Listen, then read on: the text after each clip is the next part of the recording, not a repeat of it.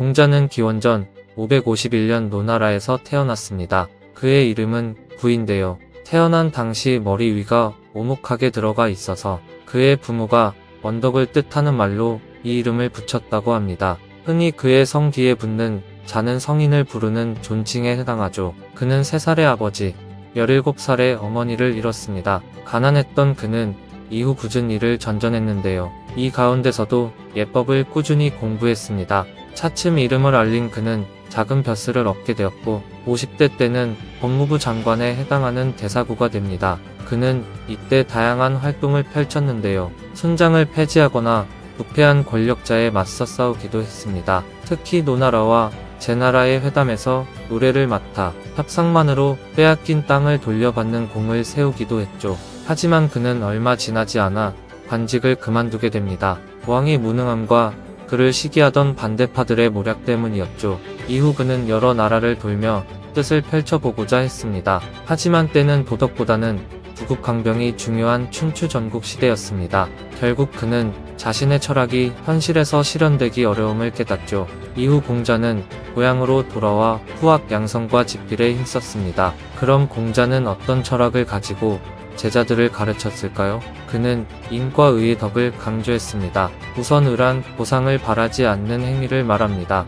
가령 우리는 사회와 가정에서 각자 해야 할 역할이 있습니다. 이것은 그 자체가 목적이며 또한 마땅히 해야 하는 것들이죠. 그런데 우리가 다른 목적을 위해 이런 행동을 하면 어떨까요? 가령 재산을 물려받기 위해 가족에게 잘한다거나 좋은 평가를 얻기 위해 상사에게 잘 보이는 식으로 말이죠. 이런 행동은 단기적으로는 그 사람에게 도움이 될지 몰라도 보다 장기적인 관점으로 본다면 탈이 날 행동임에 분명합니다. 바로 자기 이익만을 위한 행동이기 때문이죠. 이는 의가 행해지는 기반을 설명하는 말입니다. 우리가 가정 혹은 사회, 국가를 위해 마땅히 해야 할 일이 있다면 이것은 대체 무엇을 기반으로 하는 것일까요? 공자는 남을 사랑하는 것, 즉 인이야말로 의를 행하게 만드는 가장 본질적인 것이라고 보았습니다. 물론 인을 이루기 위해선 끊임없는 노력이 필요하죠. 그렇다면 인을 행하기 위해선 어떻게 해야 할까요?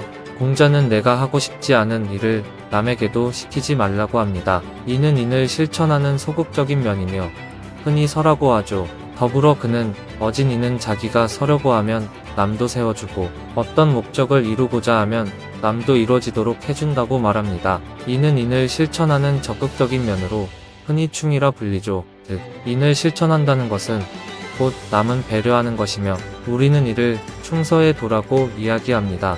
개인의 행동에 인이 바탕이라면 사회적으론 정명의 확립이 중요합니다. 정명이란 이름과 내실이 일치되어야 함을 말합니다. 그가 생각하기에 사회적으로 우리에게 붙여진 이름은 각기 그에 맞는 역할이 존재합니다.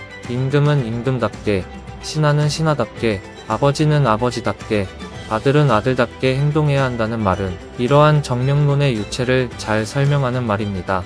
공자는 오랜 기간 사회 전반에서 중요한 역할을 했습니다. 죽은 뒤에는 사람들에게 성인으로 추앙받았으며 12세기 무렵에는 신적 존재로 떠받들어지기도 했죠. 하지만 시대가 변해 최근에는 육가 사상을 폐해로 보거나 타도해야 할 대상으로 보는 목소리가 높아지기도 했습니다. 물론 육가 사상이 동양 사회 전반에 끼친 해악도 없지 않습니다. 하지만 이는 시대의 흐름과 사회의 변화에 발맞추지 못하고 관습만을 따르려 했던 우리의 문제일 수도 있지 않을까 싶습니다. 오직 공자가 원했던 것은 인, 즉 타인을 배려하는 이들의 사회였으니 말입니다.